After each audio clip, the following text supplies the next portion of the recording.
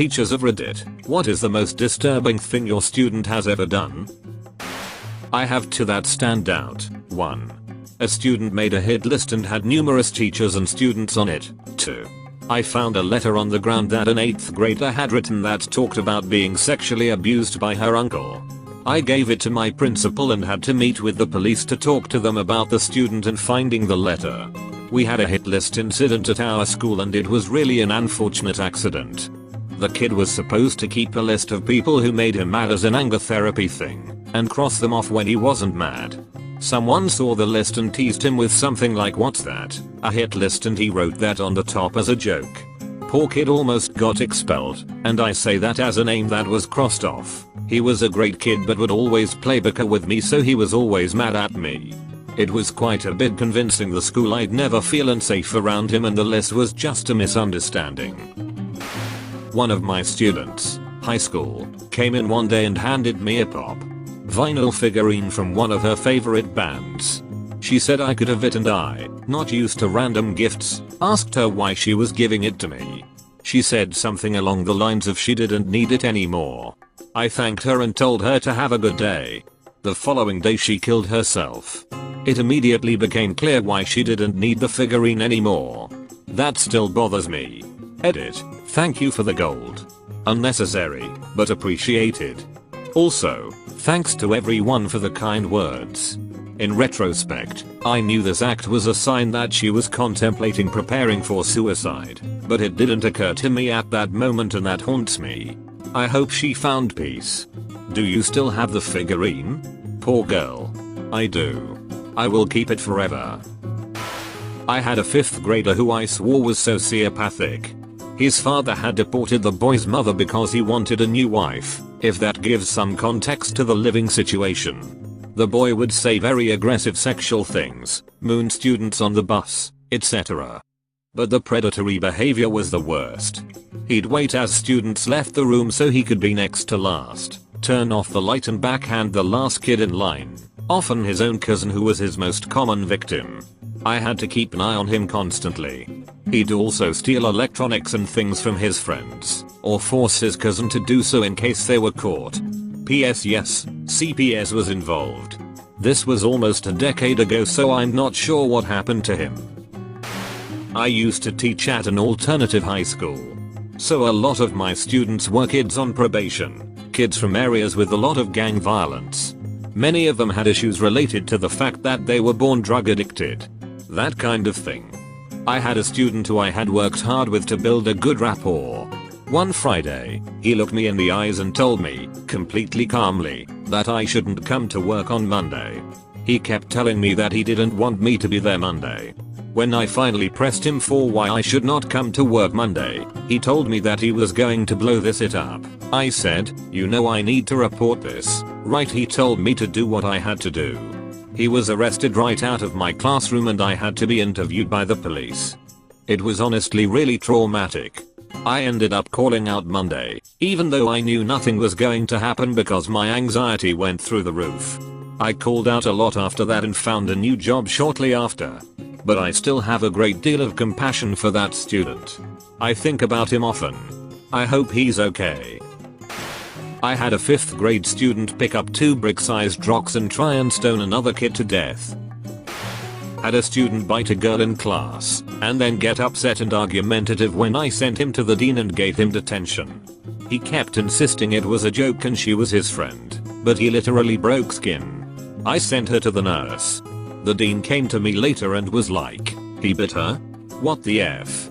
In that same school, had another kid pull down his pants and flash some girls, another student steal a girl's phone and destroy the SIM card so he could sell it, multiple kids steal snacks that I had brought in for an experiment, and a girl loudly tell me in class that she would accuse me of sexual harassment because I wouldn't let her go to the bathroom in class after she routinely spent 30+ minutes every day out of my class wandering around and was explicitly banned from going to the bathroom in my class by administration. I'm glad to not be working in that hole anymore. I taught 3rd graders for a year, so the kids were around 9 years old. It was a couple of days before summer holidays and I asked the kids what they were going to do during summer. I got to this one girl and asked her what she was going to do, and she happily announced she was going to Germany with her sister and parents. I asked her what she was going to do in Germany and she said she was going to ask people if they have €1. I was like, what? And she proceeded to sit down on the floor with a really sad look on her face, stuck her hand out to me and said, "See, like this. Please miss, do you have just €1? I'm hungry." She didn't really see anything wrong with this. I'm pretty sure she didn't really understand what she was doing. I was quite alarmed by this, so I informed the other school staff. It turned out that even though they weren't actually poor, her parents were regularly taking their 2 daughters to Germany over summer, where they would make them beg for money in the streets. I heard the girl and her sister got pulled out of school shortly after that, but I don't know what happened after since I don't work there anymore. I was a supervisor for a special program that involved about 20 students that were expelled from other schools. Most of them were known gang members. The program had a strict no bandana policy. One day Kid 1, M16, stole Kid 2's, M17, cigarettes while Kid 2 was in an office session about his homework. We found out later that Kid 1 thought it was hilarious and was laughing about it. Kid 2 goes for his smokes during break and can't find them. He proceeds to flip out and start screaming about how he's going to f someone up. No one admitted it.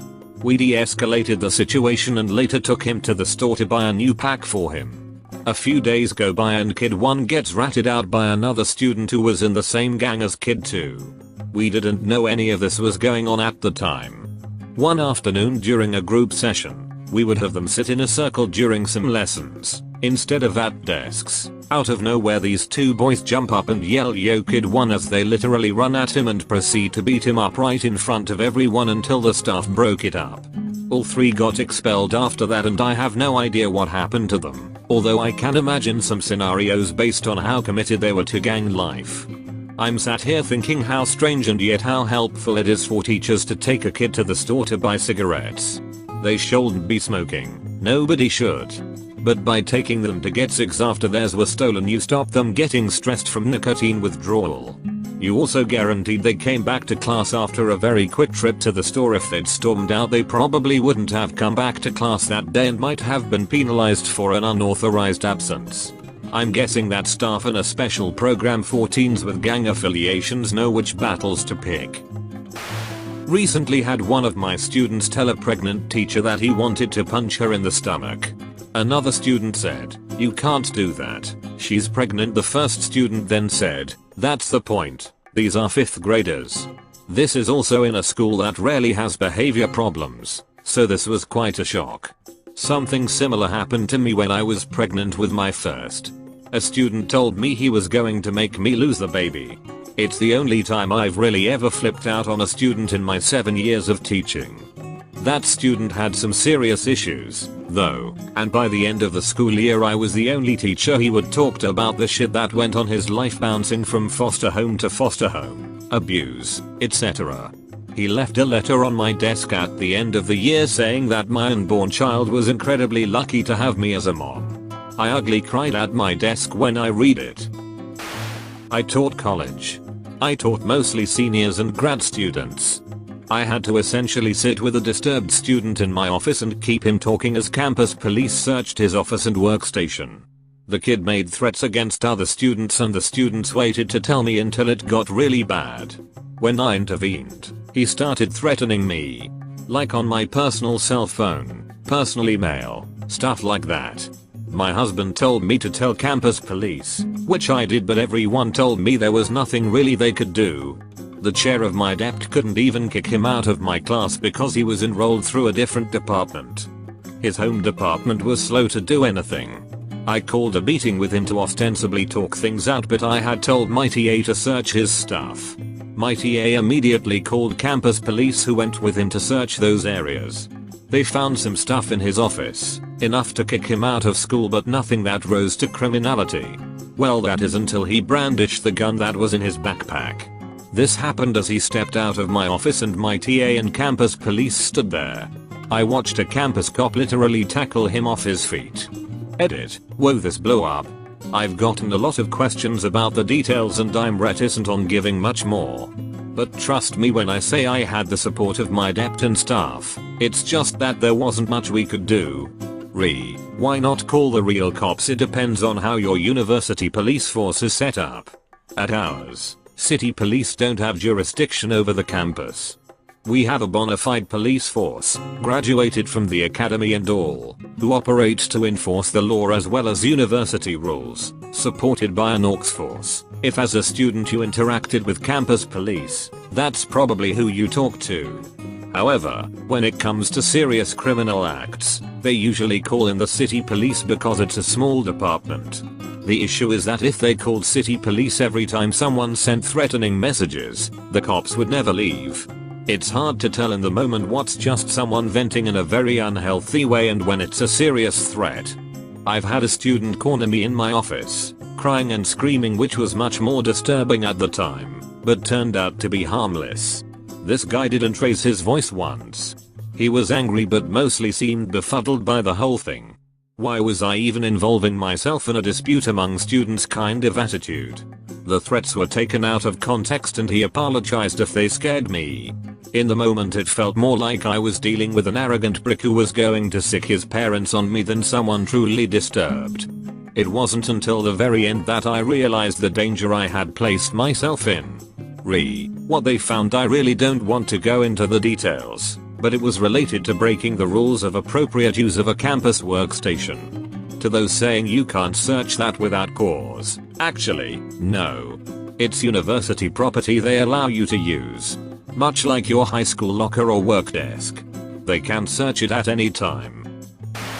Crushed a bird in his fist. That's all for today's video. Hope you guys liked it.